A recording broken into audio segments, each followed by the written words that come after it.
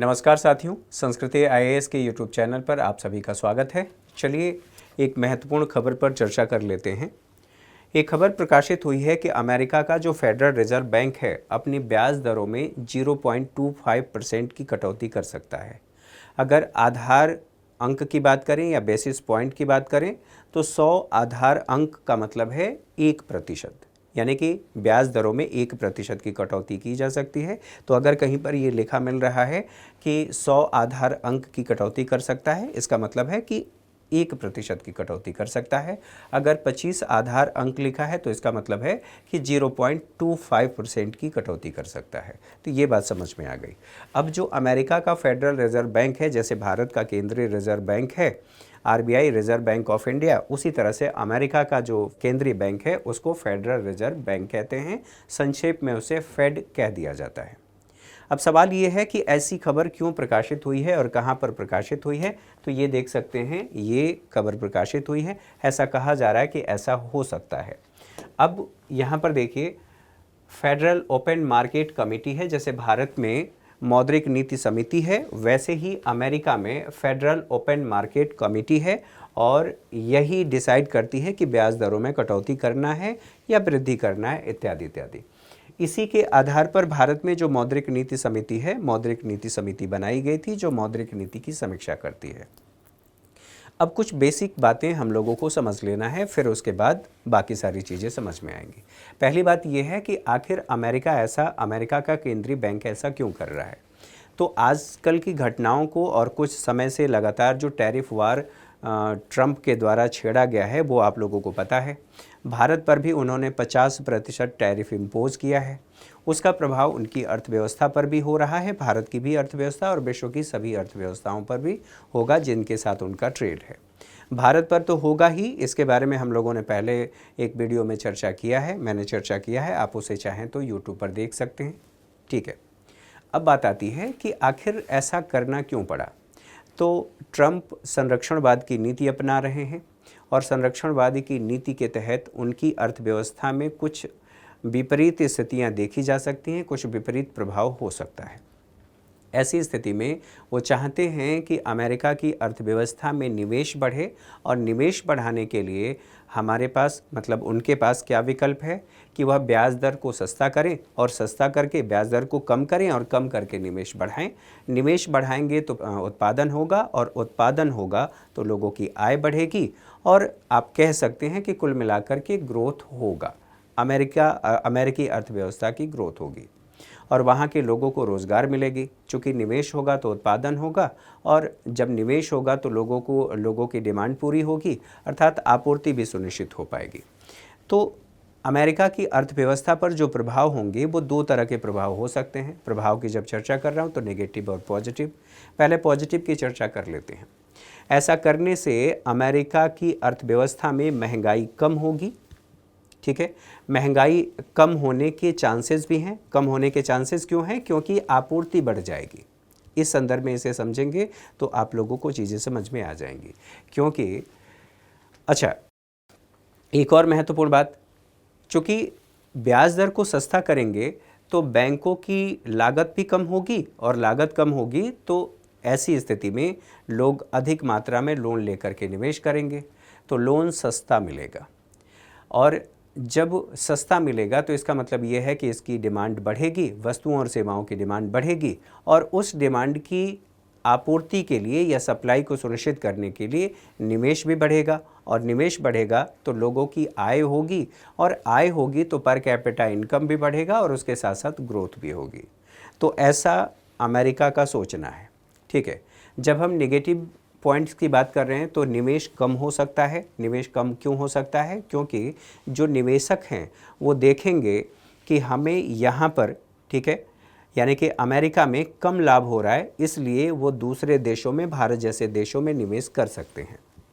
ठीक है, अब इसको एक शब्द से समझा जा सकता है जिसे करेंसी कैरी ट्रेड कहते हैं। करेंसी कैरी ट्रेड का मतलब है कि अगर किसी देश में ब्याज दरें कम हैं तो वहाँ से ऋण ले करके और दूसरे देशों में जहाँ पर ब्याज दर अधिक है वहाँ पर इन्वेस्ट कर दिया जाता है, निवेशक निवेश कर देते हैं। यह भी कहा जा रहा है कि अगर कम कटौती ये करते हैं, ब्याज दरों में केवल 0.25 की बात हुई है, अगर उससे कम कटौती करते हैं या जितनी अपेक्षा है उतनी नहीं होती है, तो इससे भी अर्थव्यवस्था पर विपरीत प्रभाव हो सकते हैं, अर्थात जो निवेशक हैं वो निराश हो सकते हैं। अब समझने वाली बात यह है कि इस नीति को कहते क्या हैं। तो दो तरह की नीति है। जो यूएस की बात करें तो यूएस, ठीक है, यूएसए, और यहाँ का जो फेड, जिसे हम संक्षेप में फेडरल रिजर्व बैंक को फेड कह देते हैं, यहाँ पर दो तरह की चीज़ें हैं। एक है क्वांटिटेटिव ईजिंग और दूसरे को कहते हैं क्वांटिटेटिव टेपरिंग। तो क्वांटिटेटिव ईजिंग का सीधा सीधा सा मतलब है कि क्वांटिटी को ईजिली अवेलेबल करा देना, क्वांटिटी को ईजिली अवेलेबल करा देना। कौन सी क्वांटिटी? यानी कि मुद्रा की क्वांटिटी को अमेरिका में ईजिली अवेलेबल करा देना। इसी को आप कह सकते हैं, भारत के संदर्भ में समझें तो भारत में दो तरह की मौद्रिक नीति होती है। एक को कहते हैं कठोर मौद्रिक नीति, एक को कहते हैं विस्तारित मौद्रिक नीति। तो जब क्वांटिटी को ईजिली अवेलेबल कराया जा रहा है तो भारत के संदर्भ में इसको हम समझेंगे तो कहेंगे भारतीय जो रिजर्व बैंक है उसने विस्तारित मौद्रिक नीति का प्रयोग किया है, यानी कि सस्ती मौद्रिक नीति का प्रयोग किया है, यानी ब्याज दरों में कटौती किया है, यानी बैंकों को ऋण सस्ता मिलेगा और बैंक अपने ग्राहकों को ऋण सस्ता देंगे, उससे निवेश बढ़ेगा, उत्पादन बढ़ेगा, इत्यादि इत्यादि। ठीक है। क्वांटिटेटिव टेपरिंग का मतलब है जैसे ये वाला हिस्सा आपको दिख रहा है, ये वाला हिस्सा मोटा है और ये वाला हिस्सा पतला है, यानी कि ये टेपर है। ठीक है, यानी कि तिरछी करना। तिरछी करने का मतलब है कि भारत में जब कठोर मौद्रिक नीति शब्द का प्रयोग किया जाता है तो यहाँ पर आप उसी संदर्भ को समझते हुए कह सकते हैं कि अमेरिका का जो फेडरल रिजर्व बैंक है उसने क्वांटिटेटिव टेपरिंग नीति का प्रयोग किया है, अर्थात यह कठोर मौद्रिक नीति है। और कठोर मौद्रिक नीति का मतलब है कि ब्याज दरों में वृद्धि की गई है ताकि जो इन्फ्लेशन की सिचुएशन है उसको कंट्रोल किया जा सके। यहाँ तक बातें समझ में आ गई हैं। अब इन बातों को समझने के बाद कोई भी देश, भारत के संदर्भ में बात करें तो भारत में जो दो मौद्रिक नीति के बारे में हमने चर्चा किया उसका क्या प्रभाव होता है एक बार समझ लेते हैं, फिर आगे बढ़ेंगे। क्योंकि जब तक हम उसको समझेंगे नहीं बाकी सारी चीज़ें हमारे लिए मुश्किल होंगी, थोड़ी सी जटिल होंगी। तो आरबीआई मॉनेटरी पॉलिसी का प्रयोग करता है। मॉनेटरी पॉलिसी यानी कि कठोर मौद्रिक नीति और सस्ती मौद्रिक नीति। तो यहाँ पर बात कर लेते हैं। एक है जिसको हम कहते हैं सस्ती मौद्रिक नीति या विस्तारित मौद्रिक नीति। सस्ती मौद्रिक नीति का मतलब है कि ब्याज दरों में कटौती की गई है, ब्याज दरों में कमी आरबीआई ने किया है। तो ब्याज दर को आरबीआई ने कम किया है। और चूंकि ब्याज दर आरबीआई ने कम किया है, समय समय पर बैंकों को आरबीआई से ऋण लेने की ज़रूरत पड़ती है। तो आरबीआई जब बैंकों को ऋण देता है तो उनसे ब्याज भी लेता है, स्वाभाविक सी बात है। और जब ब्याज ले रहा है तो ब्याज कम अगर ले रहा है तो हम कह रहे हैं यह सस्ती मौद्रिक नीति का प्रयोग किया। इसी को आप कहते हैं कि यह वह ब्याज दर है जिस ब्याज दर पर आरबीआई बैंकों को ऋण देता है। आप रेपो रेट कह सकते हैं, रेपो रेट को कम किया है। और अगर सस्ता ब्याज दर ले रहा है तो स्वाभाविक सी बात है बैंकों को सस्ता ऋण मिला और बैंक भी अपनी ब्याज दरों को कम कर देंगे।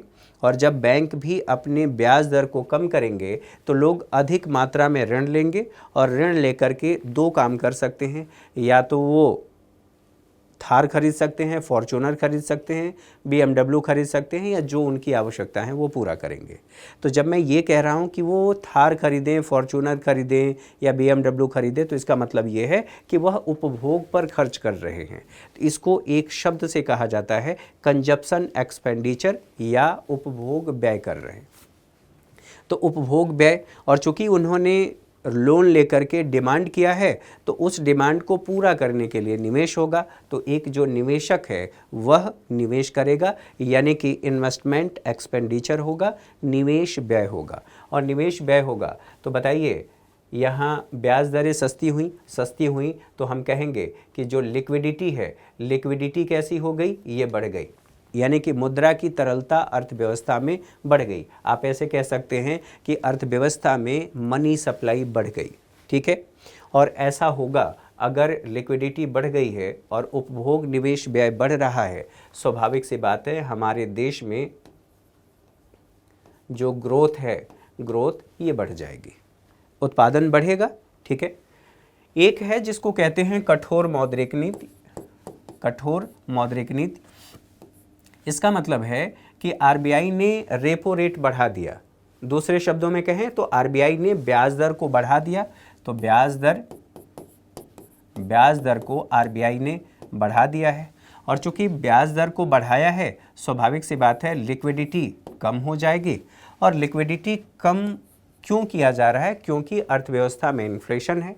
अगर आरबीआई को लग रहा है कि मुद्रास्फीति लक्ष्यीकरण जो 4+-2 है उससे ऊपर जा रहा है, यानी कि 6% से ऊपर जा रहा है, तो हम कहेंगे कि आरबीआई ऐसी स्थिति में कठोर मौद्रिक नीति का प्रयोग करके और उसे इन्फ्लेशन को कंट्रोल कर रहा है। तो हम यहाँ पर कहेंगे इन्फ्लेशन को ये कम कर रहा है इसके माध्यम से, यानी कि कठोर मौद्रिक नीति के माध्यम से ऐसा कर रहा है। लेकिन अगर आरबीआई ने सस्ती मौद्रिक नीति का प्रयोग किया है तो बताइए अर्थव्यवस्था में इन्फ्लेशन बढ़ेगा, क्योंकि सभी लोगों के पास, ठीक है, सभी लोगों का मतलब जो ऋण ले रहे हैं, इसका प्रभाव ये होगा कि सस्ती मौद्रिक नीति से हमारे देश में इन्फ्लेशन बढ़ जाएगा। और यदि कठोर मौद्रिक नीति का प्रयोग किया जाता है तो हमारी अर्थव्यवस्था में ग्रोथ रेट कम हो जाएगी, क्योंकि अब लोगों को अधिक ब्याज दर देना पड़ेगा। अधिक ब्याज देना पड़ेगा तो वो ऋण कम लेंगे, डिमांड भी कम करेंगे, और निवेश कम होगा तो सप्लाई भी कम होगी। ठीक है, यानी कि हम कह सकते हैं कि इसका विपरीत प्रभाव होगा। अब इसी विपरीत प्रभाव को ध्यान में रखते हुए जो मैंने आपसे कहा कि अमेरिका का जो फेडरल रिजर्व बैंक है उसने क्वांटिटेटिव ईजिंग और क्वांटिटेटिव टेपरिंग 2 टूल का प्रयोग करता है। फिलहाल के लिए वह ब्याज दरों में कटौती कर रहा है, अर्थात क्वांटिटेटिव ईजिंग भारत के संदर्भ में सस्ती मौद्रिक नीति का प्रयोग कर रहा है। अब इसका प्रभाव क्या होगा? तो जो मैंने कहा कि करेंसी कैरी ट्रेड होगा, वहाँ से निवेशक क्या करेंगे कि कम ब्याज दर पर ऋण लेंगे और भारत की अर्थव्यवस्था में शेयर बाजार में, या आप एफडीआई कह सकते हैं, एफआईआई कह सकते हैं, कुल मिलाकर के भारत में निवेश बढ़ सकता है अधिक ब्याज के लालच में या अधिक मुनाफे के लालच में।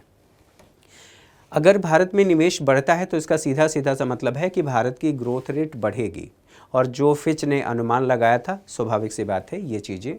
और मान लेते हैं थोड़ी देर के लिए कोई विदेशी कंपनी भारत में आकर के निवेश कर रही है, स्वाभाविक सी बात है कि वह डॉलर लेकर के आएगी, और डॉलर लेकर के आएगी तो हमारे देश में विदेशी मुद्रा की आपूर्ति बढ़ जाएगी, हमारे देश में विदेशी मुद्रा भंडार में वृद्धि हो जाएगी। ठीक है, तो एक तो ये बात है। दूसरी बात ये है कि अगर सप्लाई बढ़ती है, चूँकि फेडरल रिजर्व बैंक ने अपने ब्याज दरों में कटौती किया है, कटौती का मतलब लिक्विडिटी बढ़ेगी। लिक्विडिटी किसकी? तो डॉलर की लिक्विडिटी बढ़ेगी। आप ऐसे भी कह सकते हैं डॉलर की सप्लाई बढ़ जाएगी, और जिस चीज़ की सप्लाई बढ़ जाती है, ठीक है, और डिमांड कम होती है, स्वाभाविक सी बात है उसकी वैल्यू कम हो जाती है। ठीक है, यहाँ तक बातें समझ में आ गई। अब सवाल ये है कि अगर ऐसा होता है, सारी चीज़ें इसी के अकॉर्डिंग चलती हैं, तो उसका प्रभाव क्या होगा? तो मान लेते हैं फेड रिजर्व बैंक अपनी ब्याज दर बढ़ाता है। तो ब्याज दर को बढ़ाने का मतलब ये है कि इन्फ्लेशन को ये कंट्रोल कर रहा है, इन्फ्लेशन इसको ये कम करना चाह रहा है। इन्फ्लेशन को कंट्रोल करने के लिए मुद्रा की आपूर्ति को ही कम किया जाता है। ऐसी स्थिति में डॉलर की सप्लाई, बाजार में डॉलर की सप्लाई कम हो जाएगी, और डॉलर की सप्लाई कम होगी तो आप लोग इस बात को जानते हैं कि अगर किसी भी वस्तु की सप्लाई कम होती है, ठीक है, उसकी वैल्यू बढ़ जाती है। तो सप्लाई कम, डॉलर की सप्लाई कम होने से अब हम कहेंगे कि डॉलर की जो वैल्यू है, वैल्यू बढ़ जाएगी। और यदि डॉलर की वैल्यू बढ़ रही है तो इसका सीधा सीधा सा मतलब ये हुआ कि इसका प्रभाव भारत पर भी देखने को मिलेगा। हमें डॉलर चाहिए ही। डॉलर क्यों चाहिए? क्योंकि हम अपनी आयात निर्यात की आवश्यकताओं को, खास करके आयात आवश्यकताओं को पूरा कर लें। अगर ग्लोबल करेंसी डॉलर नहीं होती, उस स्थिति में हम कह सकते थे कि हमें डॉलर की आवश्यकता नहीं है। अगर वो वैल्यूएबल ग्लोबल करेंसी न रहे तो हमें इसकी आवश्यकता नहीं होगी। लेकिन चूंकि यह वैल्यूएबल ग्लोबल करेंसी है, मैक्सिमम देश डॉलर में ही आयात निर्यात करते हैं, इसलिए इसकी डिमांड हमारे पास भी है और हम अपनी आवश्यकताओं को पूरा करने के लिए इसको खरीदते ही हैं या इसकी ज़रूरत हमारे पास होती है। ऐसा करने से चूँकि इसकी डॉलर की वैल्यू बढ़ गई है, तो बताइए रुपए की वैल्यू, हम कह सकते हैं कि रुपए की वैल्यू कम हो जाएगी। क्यों कम हो जाएगी? क्योंकि इसकी सप्लाई कम हो गई है और इसकी सप्लाई कम होने की वजह से डिमांड है ही और इसकी वैल्यू बढ़ गई है, डॉलर की वैल्यू बढ़ गई है। और चूँकि डॉलर की वैल्यू बढ़ गई है, तो बताइए अब डॉलर के मुकाबले रुपए की वैल्यू कम हो जाएगी। और यदि रुपए की वैल्यू हमारे देश में कम हो रही है, तो स्वाभाविक सी बात है इस स्थिति में हम कहेंगे कि बहुत अधिक मात्रा, यानी कि रुपए की बहुत अधिक मात्रा कम वस्तुओं को परचेज कर पाएगी। अर्थात जो पहले 10 रुपये में सामान मिल रहा था, अब वो हो सकता है कि 15 रुपये में मिले या 12 रुपये में मिले। तो हम कहेंगे ना कि रुपए की वैल्यू कम हो गई। और रुपए की वैल्यू कम हो गई तो एक तरह से हम इसको ऐसे कह सकते हैं कि भारत में इन्फ्लेशन है, अर्थात इन्फ्लेशन बढ़ गया है। अब इस इन्फ्लेशन को कंट्रोल करने के लिए आरबीआई की भूमिका हो जाती है।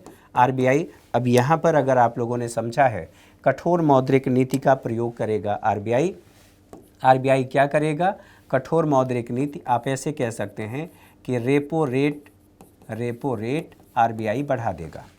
रेपो रेट बढ़ाने का मतलब है, इसी को हम कह रहे हैं कि यह कठोर मौद्रिक नीति है, कठोर मौद्रिक नीति, ठीक है। और कठोर मौद्रिक नीति का प्रयोग किया।